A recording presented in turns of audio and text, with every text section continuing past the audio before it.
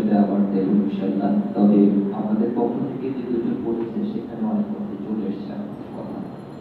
তো আমি শেষ করতে চাচ্ছি। শেষ করার আগে ঢাকা ল্যাবরেটরি স্কুল অ্যান্ড কলেজের পক্ষ থেকে এবং আমার ব্যক্তিগত পক্ষ থেকে আপনাদের সকলের পক্ষ থেকে নীলুফার ইয়াসমিন আপাকে আমরা অশেষ কৃতজ্ঞতা এবং ধন্যবাদ জানাই যে তিনি আমাদের পেশাগত উন্নয়নের ক্ষেত্রে যে পাঠদানের বিষয়গুলোতে আলোচনা করলেন। আমরা আসলে সত্যি উপকৃত হব এবং শুধু আমরাই নই, আমাদের মাধ্যমে আমাদের শিক্ষার্থীরাও উপকৃত হবেন আশা করি। এবং এই উপকারটুকু আমরা আমাদের জীবনে যদি ইতিবাচকভাবে কাজে লাগাতে পারি তাহলে এটাও আমাদের সাদকায়ে জারিয়া হিসেবে থাকতে পারে। কারণ শিক্ষা হচ্ছে সাদকায়ে জারিয়া, যদি আমরা সেই নিয়তে করে থাকি।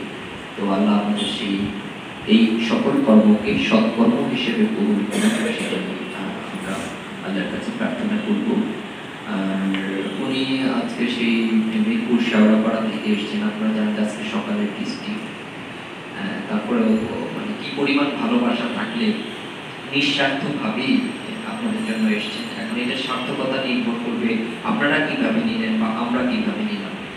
আমি অন্ততপক্ষে ব্যক্তিগতভাবে বলতে পারি যে আমি এই ফাঁকে ফাঁকে 44টি পয়েন্ট নোট ডাউন করেছি আমি, এবং আমার কাছে অনেক বিষয়গুলি আরও নতুন মনে হয়েছে। কারণ পেশাগত আসলে প্রশিক্ষণের মাধ্যমে এমন কিছু জিনিস পাওয়া যায় যেগুলো খুবই তার পেশার কাজের জন্য খুব জরুরি।